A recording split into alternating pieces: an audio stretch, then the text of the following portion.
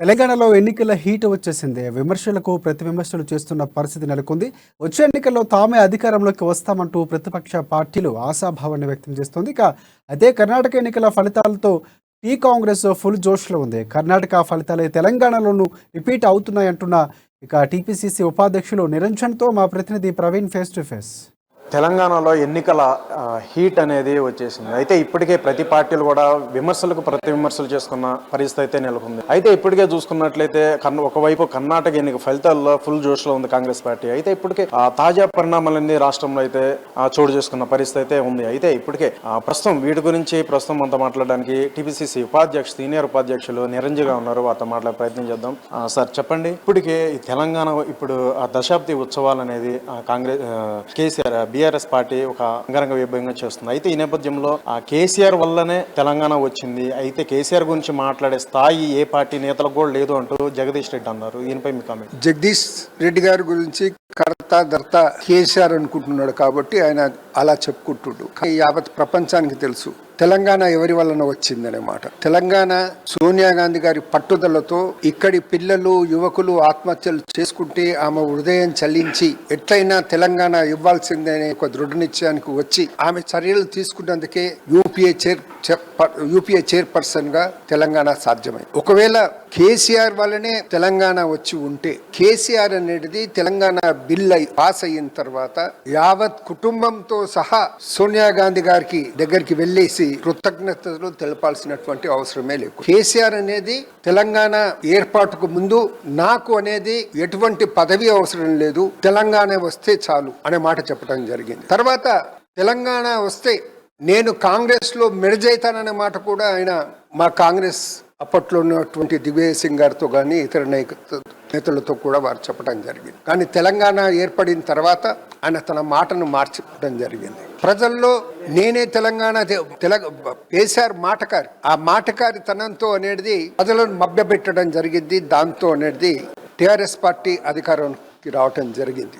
మనం గమనిస్తే 2014 ఎన్నికల్లో టీఆర్ఎస్కు వచ్చినటువంటి మెజార్టీ ఒక 4-5 సీట్లు ఎక్కున్నాయి వాటికి.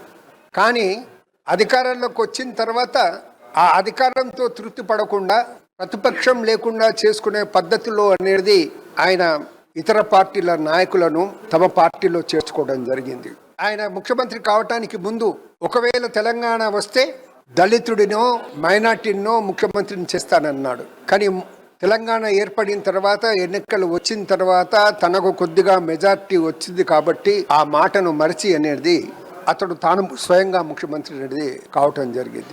ఏ ఉద్దేశాలతో తెలంగాణ ఏర్పాటు చేయటం జరిగిందో ఆ ఉద్దేశాలను తుంగలో తొక్కుతూ నిధులు నియామకాలు ఒక ఆశలు కల్పించి ఏదైతే ఉద్యమంలో అతను మాట్లాడటం జరిగిందో ఆ ఆశయాలను పరిపూర్తి చేయటంలో ఆయన పూర్తిగా విఫలం కావటం జరిగిందన్నమాట కూడా స్పష్టం.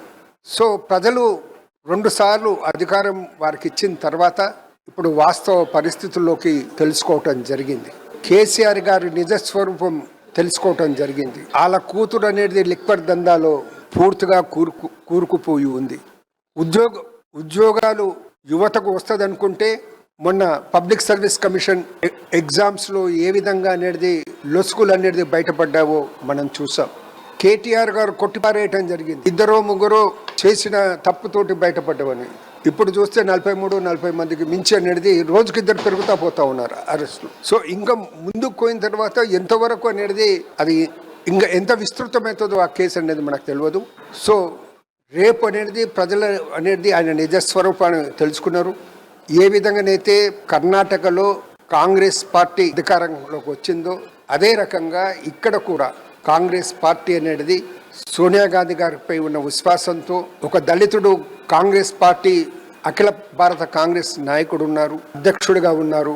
ప్రియాంక గాంధీ, రాహుల్ గాంధీ గారు వారి ఎక్కువ సమయాన్ని అనేది ఇక్కడ కేటాయించి ప్రచారం చేయబోతున్నారు. సో తప్పకుండా మా శ్రేణులు ఉత్సాహంగా ఉన్నాయి. జగదీష్ రెడ్డి గారు అదే భ్రమల్లో ఉండనివ్వండి. ఆయన భ్రమల్లో ఉండే ఆ భ్రమల నుంచి ఆయన బయటకు రమ్మని నేను చెప్పను.